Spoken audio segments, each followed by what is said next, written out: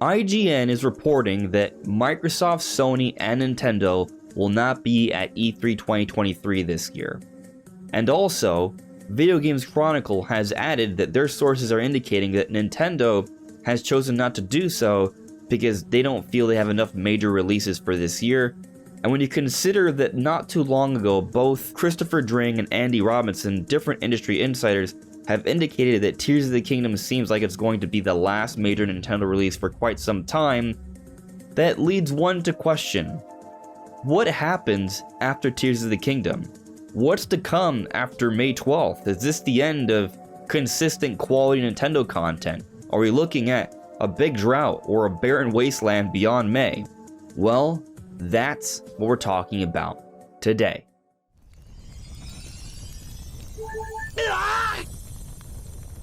Hey, listen!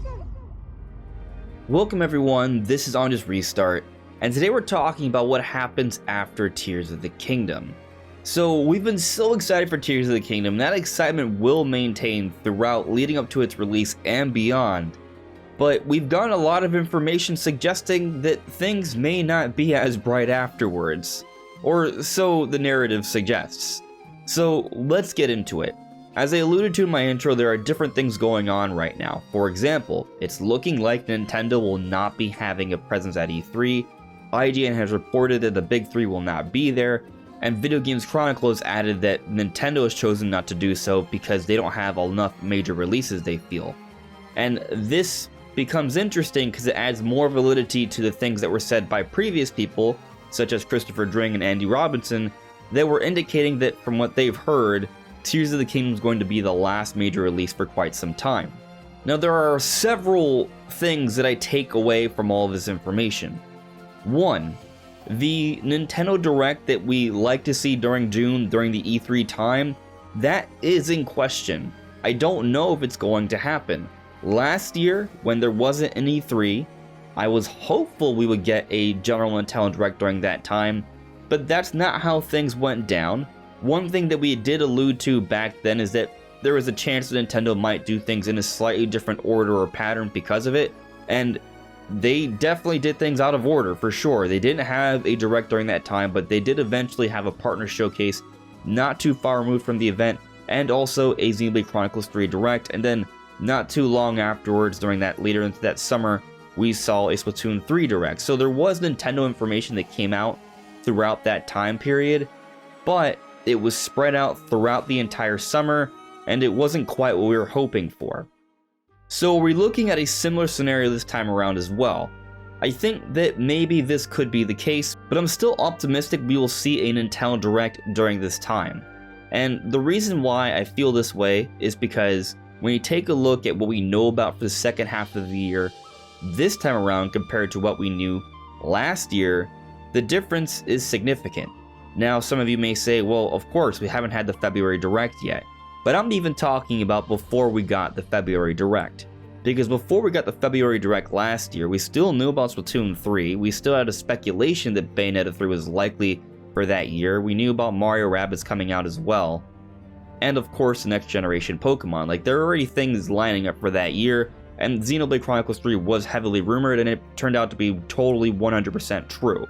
So even after the February Direct, pretty much they just kind of told us what it was for sure. They cleared up all that information, and there wasn't really much need to announce anything else major during the summer because Nintendo pretty much told us what their plans were by that point for the rest of the year, save for a couple minor things.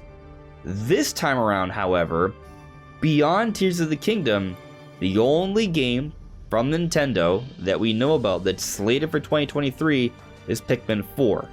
Now, there is Metroid Prime 4 that's currently to be announced, but I don't think that's coming out this year. Maybe I'll be surprised. So even though Nintendo may be skipping a physical E3 event because they don't have a lot of big releases, they still need to make announcements for the second half of the year, so I still believe there will be a Direct around this time. But what falls under a major release, as some of these insiders have been suggesting? If there are no major releases, what will come out in the second half of the year? Well, when I see major release, I think they're referring to things like Pokemon, Splatoon, Zelda, games that are going to be selling 10+ million. But other releases, say maybe for example like Metroid or maybe a Star Fox or a Kirby, these games aren't going to sell 10 plus million most likely. They're probably going to be somewhere under 5 most of the time, which is still pretty good, but not something substantial that will carry the bulk of Nintendo's financials for a quarter. So maybe that's what they're alluding to here, and we can still have a good year in terms of the core Nintendo fan base, and Nintendo be relying upon their evergreen content for everyone else. Like, that may be their kind of plan here. But there is this concern that maybe it will be kind of dry, because everything that we're hearing right now seems to be lining up with reports we got about a week or so ago about Nintendo working with suppliers to prepare their successor for potentially a mid-2024 release. So if this is the case, if Nintendo doesn't have any major releases for this holiday, we could be seeing a setup here where they'll do what they can to carry us throughout the year beyond Tears of the Kingdom, but then early next year, we could be looking at an announcement for Nintendo's next big system, and that comes out during the summertime as suggested by the Nikkei report from not too long ago. So basically yesterday, when we got the reports from both IGN and Video Games Chronicle, it seems to be supporting the information from Nikkei about Nintendo preparing themselves with suppliers to get out their next successor next year, and this also coincides with what we heard from both Andy Robinson and Christopher Dring. So great, we have more information supporting the idea of Switch 2 next year. But what does that mean for this year? Well, if we are getting Nintendo's successor next year, I think that means that the hope of a 3D Mario, as we've talked about, that maybe there's a chance it still comes out at the end of this year. I think with this E3 stuff, if it's all true, it may mean that Nintendo doesn't want to talk about any major releases during this time because they're waiting a few months for when they announce their next successor, and it's not going to happen this year alongside Mario. I think 3D Mario is going to be saved for the launch of Nintendo's next big system. If they're not using Zelda, then they got to be using Mario. It's one or the other here. So probably we're not seeing any sort of major 3D Mario release for this year. But going back to what Video Games Chronicle said, they said not too many major releases, right? I'm paraphrasing, but it's open for there to being some. So maybe we can still get, for example, a 2D Mario for this year, which would make sense because we are getting the Mario movie this year, so they may want to have some sort of major Mario release to take advantage of that. And I think this could make sense. If you think about what we're sort of hoping to see this year, I think Nintendo can get away with it. So how I envision things. I'm envisioning that we're getting everything they've told us, so we're going to get Tears of the Kingdom obviously in May, but there will be DLC that they will talk about throughout the year, and then there's all the DLC for everything else that's been announced, like Fire Emblem, the eventual Splatoon 3 expansion, the Mario Rabbids DLC, Pokemon Scarlet and Violet DLC that's going to need to be announced pretty soon, the major new story scenario for Xenoblade Chronicles 3. So there are some significant DLC expansions that will be coming throughout this year, and that will help to give us some additional content leading into next year to help the drought that we may be going through. But I also think that it's not going to quite be a drought either. I think Nintendo's going to have game releases. I don't think they're going to give up on the Switch and not support it anymore. They're going to continue to support Switch for years. So this is a concern that comes up a lot whenever we talk about Switch 2. A lot of Switch owners, or even Switch owners who recently bought a Switch, are worried that now all of a sudden Switch is going to be outdated.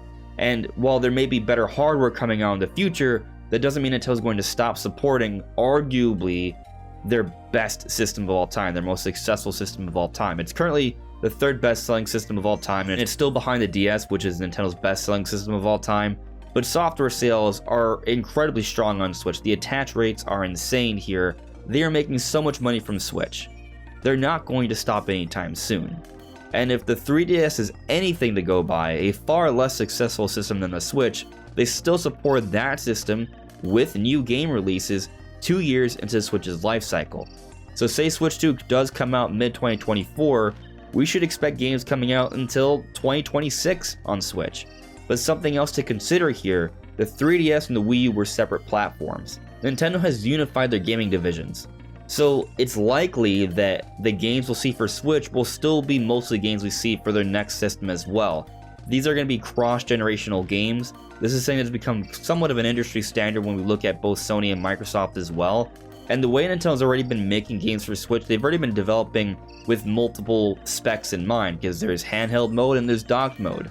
So when they come out with the next system, it may be treated more like a premium version of the system. I think with the Switch OLED going with the $350 price tag, that was Nintendo maybe experimenting a little bit, seeing if they can go to those higher price thresholds. And the Switch OLED is actually the best selling SKU right now on the market. So maybe they can up that to $400 for the next generation system. Of course, just a $50 gap between a next generation system and the OLED I don't think is going to work out. So I'm also anticipating that we will be seeing a price drop, maybe even this year.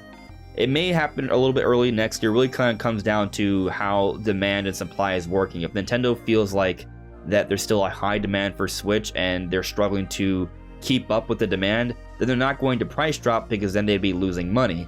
But if they're seeing that it looks like there's a lot more Switches out there than people are wanting, then they're going to drop the price and set themselves up for the next system. So maybe Switch OLED comes down to $300, and then when the next system comes out next year, it's going to be $400. And I think maybe base Switch is phased out, and then Switch Lite becomes $150, and there you go. They could be kind of like some sort of pricing tiers like that. So Switch will still be supported for a few years. It will still get most of the games on the next system, but there probably will still be some exclusives. But the point is, Switch will still be supported. So with that in mind, of Nintendo still supporting Switch, I don't think they're going to stop releasing games. I don't think that this second half of the year is going to have nothing. I don't think it's going to be a barren wasteland. We've talked about the DLC. We've made mention that maybe we can still get like a 2D Mario. I still think there's a good chance of that. And there's still Pikmin 4, that can still come out in the second half of the year. But also we're anticipating announcements for maybe like a Metroid Prime HD. Maybe that comes out late summer. There's been rumors of an F-Zero GX remaster. That can come out as well. Maybe they can announce a few more remasters on top of that. If we see more remasters announced in the Direct, I think this does sort of support this idea that Nintendo is going to use a lot of remasters along with DLC to get us through most of this year and early next year in preparation for the next big system. But there still will likely be a few new games, like maybe a 2D Mario. We already know we're getting Pikmin 4. Maybe Nintendo can announce something else. I'll throw out some IPs that we kind of been waiting for a new release for. Star Fox. I think we should get a new Star Fox at some point. There hasn't been a Star Fox on Switch at all. We have Starlink, which has Star Fox characters in it, but that's not a true Star Fox game. It would be nice to at least get one Star Fox game, one brand new Star Fox game on the Switch. There has been the long-rumored Donkey Kong. Maybe they're going to come out with that before the next system. It's hard to say if they're going to save it for the next system or not, but that's an option. Especially if you do consider Donkey Kong's presence in the Mario movie. Maybe if they have to save 3D Mario for next year with their next big system, they take advantage of the Mario movie hype with a Donkey Kong game, since it looks like Donkey Kong will be a big part of the Mario movie. So I'm still optimistic that we're going to have a solid second half of the year. Nothing as big as Tears of the Kingdom, but with a 2D Mario, some remasters, some DLC, Pikmin 4, maybe a couple other surprises, they can get us through to early next year, maybe when they announce that next big system, and there'll still be consistent games to play throughout the Switch generation. And I don't think they're going to slow down support, because the system is still making them a lot of money. People are still buying systems, people are still buying games. Why would they want to hurt that fan base, that consumer base, and risk it all for a new system that they're not entirely sure will even be nearly as successful? So I'm not that worried. I do think this news means that we're not getting a big 3D Mario probably this year, unless the reports are wrong, but there still are good things to come. But what do you guys think? What do you think is happening beyond Tears of the Kingdom? Let me know in the comments below. Anyways, everyone, this is On Just Restart. Thank you so much for listening and watching. I'll see you all really soon. Take care. Bye.